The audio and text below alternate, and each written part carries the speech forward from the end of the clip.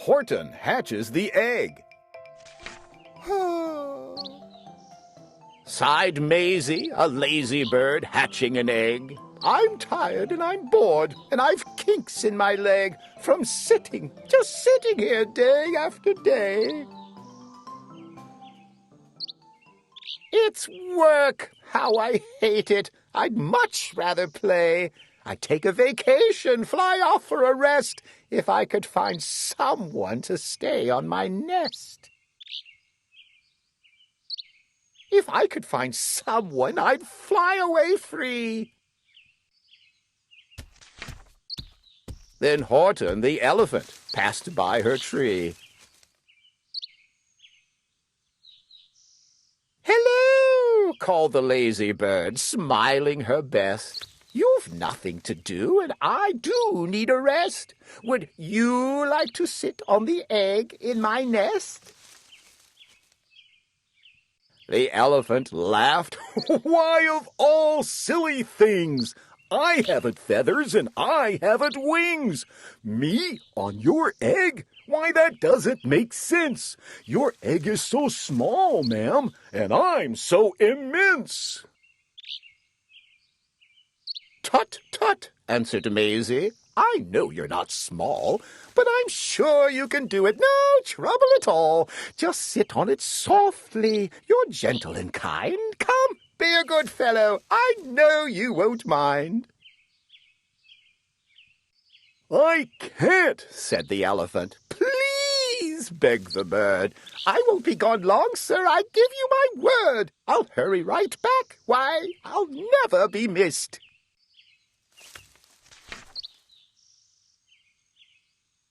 "Very well," said the elephant, "since you insist.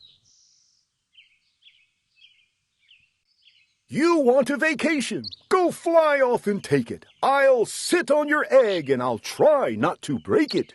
I'll stay and be faithful. I mean what I say." "Toodaloo," sang out Maisy and fluttered away. The first thing to do," murmured Horton. "Let's see. The first thing to do is to prop up this tree and make it much stronger. That has to be done before I get on it. I must weigh a ton."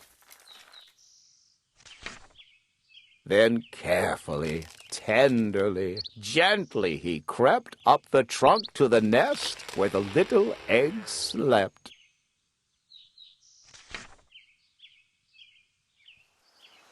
Then Horton the elephant smiled. "Now that's that!" And he sat, and he sat, and he sat, and he sat.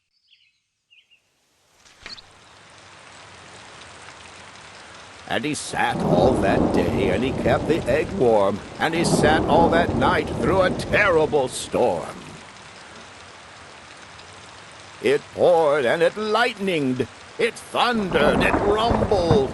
"This isn't much fun," the poor elephant grumbled. "I wish she'd come back, 'cause I'm cold and I'm wet. I hope that Maisy bird doesn't forget."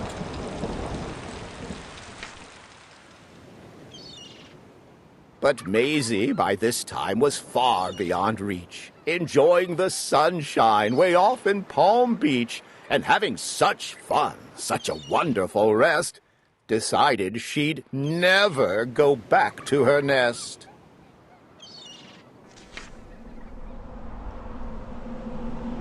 So Horton kept sitting there, day after day, and soon it was autumn. The leaves blew away, and then came the winter, the snow and the sleet, and icicles hung from his trunk and his feet.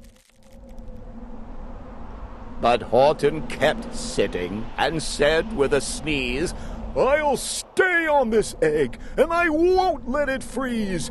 I meant what I said, and I said what I meant. An elephant's faithful 100%.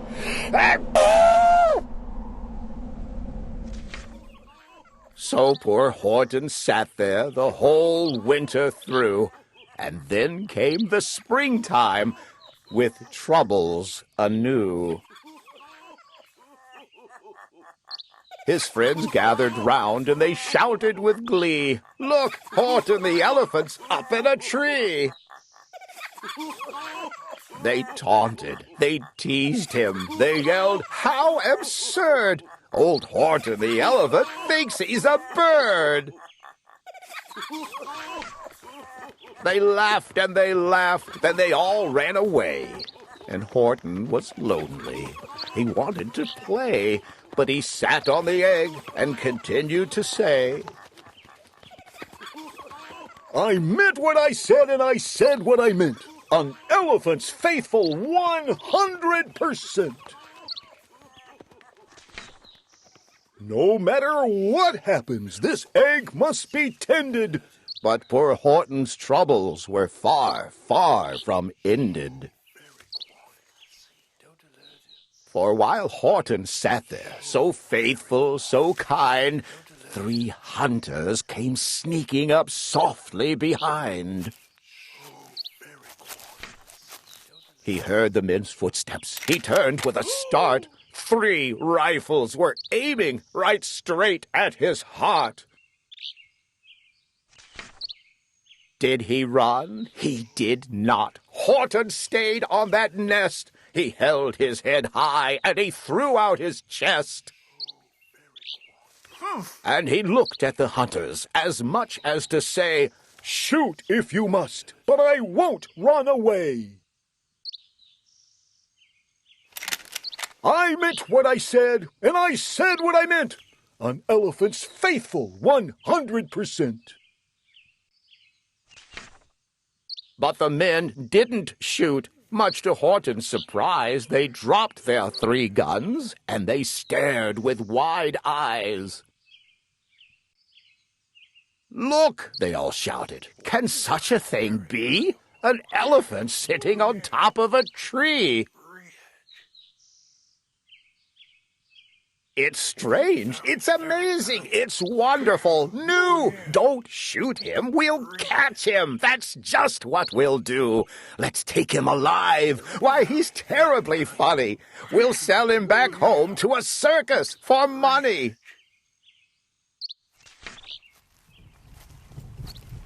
And the first thing he knew, they had built a big wagon with ropes on the front for the pullers to drag on. They dug up his tree, and they put it inside, with Horton so sad that he practically cried. "We're off," the men shouted, and off they all went, with Horton unhappy 100%. Up out of the jungle, up into the sky, up over the mountains 10,000 feet high, then down, down the mountains and down to the sea went the cart with the elephant, egg, nest, and tree.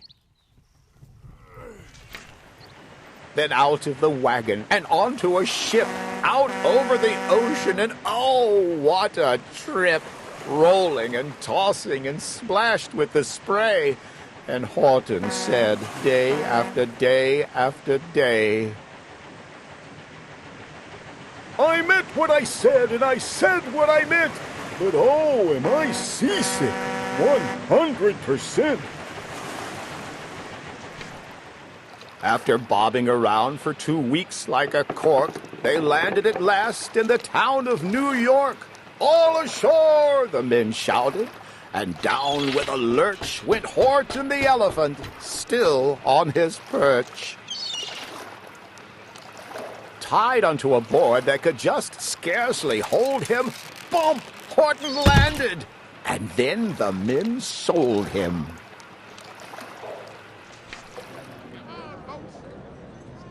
Sold to a circus. Then week after week they showed him to people at 10 cents a peek.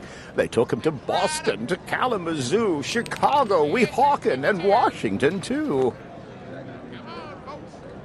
To Dayton, Ohio, St. Paul, Minnesota, to Wichita, Kansas, to Drake, North Dakota, and everywhere thousands of folks flock to see and laugh at the elephant up in a tree.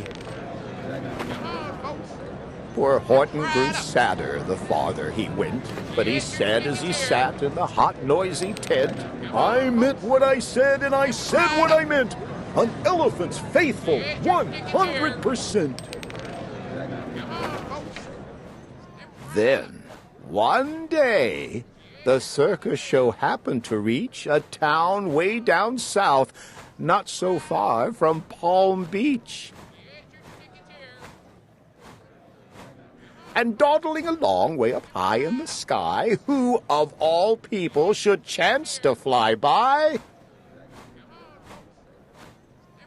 But that old good-for-nothing bird, runaway Maisy, still on vacation and still just as lazy. And spying the flags in the tents just below, she sang out, "What fun! Why, I'll go to the show!"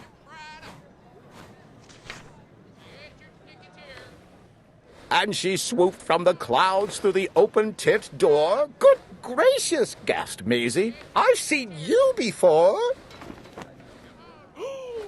Poor Horton looked up with his face white as chalk.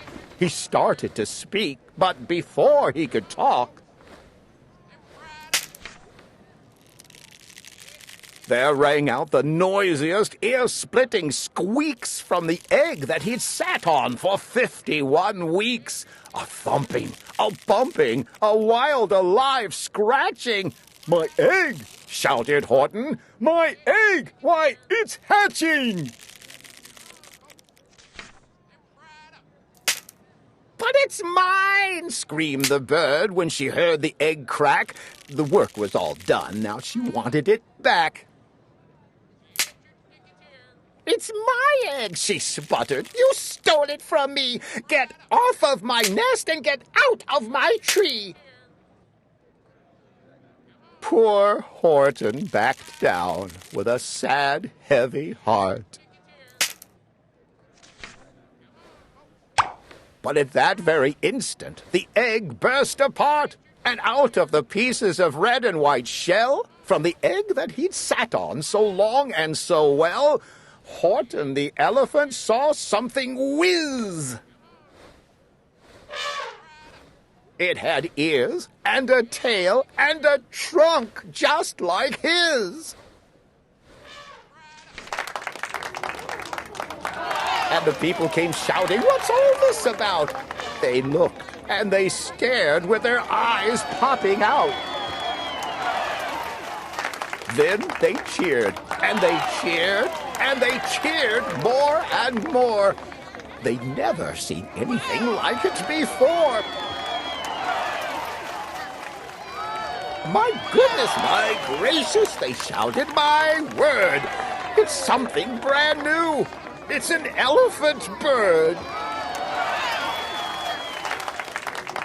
And it should be like that. Because Horton was faithful. He sat and he sat. He meant what he said, and he said what he meant.